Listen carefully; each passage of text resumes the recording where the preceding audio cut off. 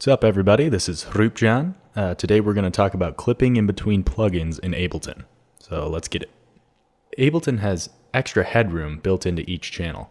That means when you are mixing down your session, if you end up clipping on one of the tracks, you can just bring it down in the master, and the master will end up being unaffected by those clips.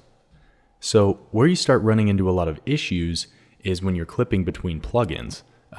So when you got a lot of plugins going down here, I'll show you some examples later, but if you're clipping in between those plugins, you know, a lot of plugins are modeled after analog hardware, they're level dependent. So if you are putting in a signal that's above 0 decibels, you're gonna hear, you know, those artifacts that are associated with clipping, and it'll make your mix sound messy and chunky and crispy in ways that you don't want.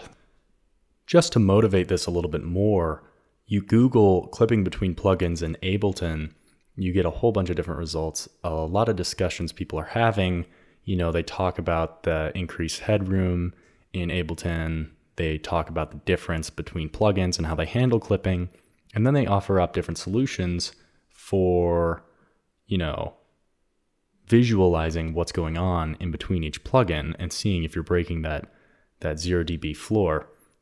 The reason people even have to offer up these solutions for visualizing what's going on between each plugin is because in Ableton, you have these tiny little doofers here in between each one that shows your levels. And if you're clipping, it shows red. But the problem is, you know, if you were clipping and you go into any other place in your workflow and then you come back, there's no way to tell if you were clipping or not. So I tried some of these solutions for seeing whether or not I was clipping between plugins. One that I thought was pretty interesting was throwing on a glue compressor and making it so that you turn in the dry wet left so you don't hear any of the actual compression. And then you can see if you turn the gain up, you get that clipping, that red clip light.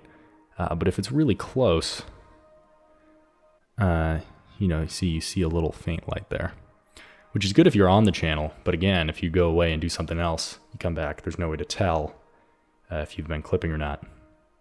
Another solution that was working for me was bringing in this FabFilter equalizer, and see, before I was clipping, and it shows right there, even though I'm not clipping anymore, it shows that at some point in the past, I was clipping on this channel, and then I can reset it and see where my levels are actually at. And that was helpful, except, you know, you have to click this wrench for the thing to open up. You can't just see down here in the window. So my solution for making it as easy as possible to visualize clipping between plugins on every channel was making this Max for Live plugin ClippyBoi. So you just kind of bring it in, and anything you play, it'll show the levels. It'll show you the max level in the left and right stereo. And then when you stop, all of that information's still there. So you're going away and doing stuff, you come back to the channel, all that info's still there. So then at any point in your session, if you are clipping, it'll show you the measure at which the loudest clip occurred, which is 3.6 here, so right about here. And then it'll also show you what the max volumes were in the left and right channel where the clip happened. And then you just click it anywhere and it resets. I love this thing. I use it on every one of my tracks and every one of my projects, and I'm going to show you guys 3 examples why it improves your productivity, gives you peace of mind because you can go between each track and always know for certain whether or not you're clipping, and, you know, make sure you're not getting any of those unwanted clipping artifacts in any part of your track that you may not have heard on the first go. And most importantly, it keeps your mixes sounding clean. So I'm going to show you some examples as to how it does that. So here's just a first example in a larger project. You've got wavetables up here, drum kits down here, and let's say you wanted to mix this wavetable here. So you start messing around with different parameters, whatever, you turn the volume up, and then you get that warning there on the right that you're not supposed to be doing that. Kind of reminds you to leave some headroom, and you've got this constant safeguard here catching your eye to make sure, you know, you're never going beyond where you want to be.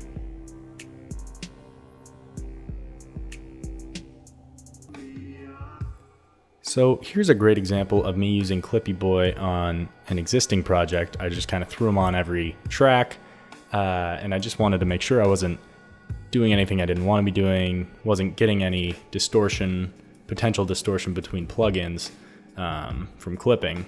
And I noticed I had this compressor set to 0 dB, just kind of giving it a little bit of a gain boost after compressing, and ClippyBoi was able to catch it.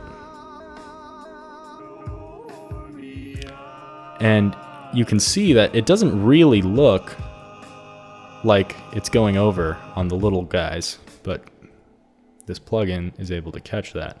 So I could bring it back down to somewhere, just get rid of about 3 decibels, play it through again, and now I've got that room, and future plugins are all good handling the audio.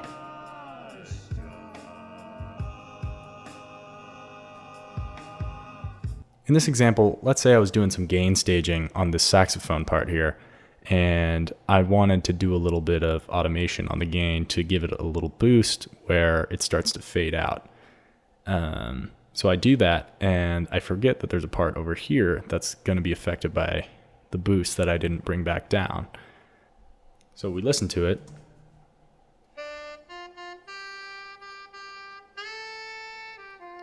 And the levels look okay. So we move on to the rest of the track.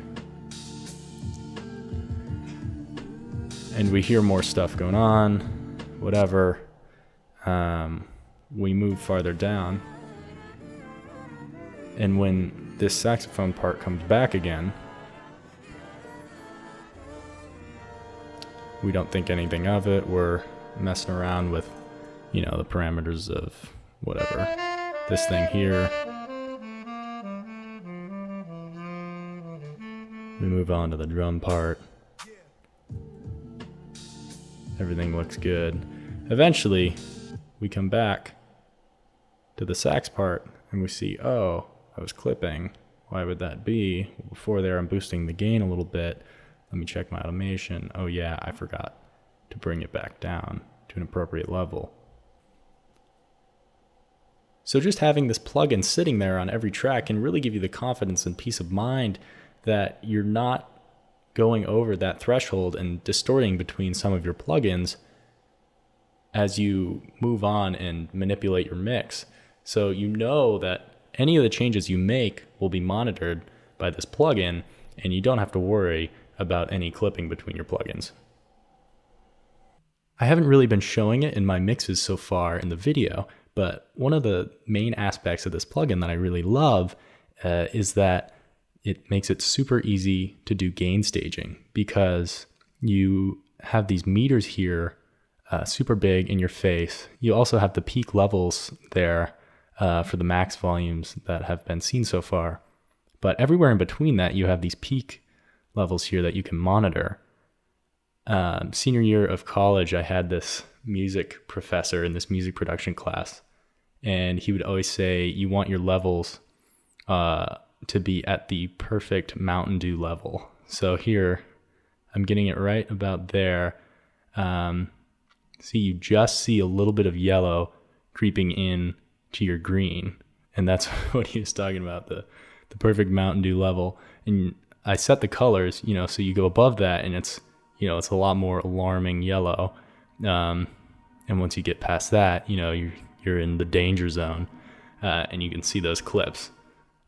So it makes it really easy to get to just that perfect level with the yellow and the green in your gain staging. One more thing that kind of goes along with making sure you're giving yourself headroom and you have the tools necessary to keep track of clipping and, keep your mixes sounding clean, is to set the default for your tracks. So on both my audio and MIDI tracks, I like to run with a utility to do some gain staging and gain automation, the ClippyBoi to monitor everything, and then EQ8 rolled off at about 25 hertz, so I don't have any of those super muddy, super low, kind of inaudible bass frequencies messing with my sound. So when you set a default thing that you like, I also put in some headroom here at -12. You go to set as default audio track. One already exists. You like to override it? Yes. Do the same thing with the MIDI. Yes. And then on the master, I like to have this VU meter, which helps for loudness as a reference, and then also a ClippyBoi. Cool. So I hope this was helpful and cleared up any questions you had about headroom and clipping between plugins in Ableton. ClippyBoi is a free plugin. I've linked it down in the description, so give it a download and start using it in your tracks to monitor everything. See ya.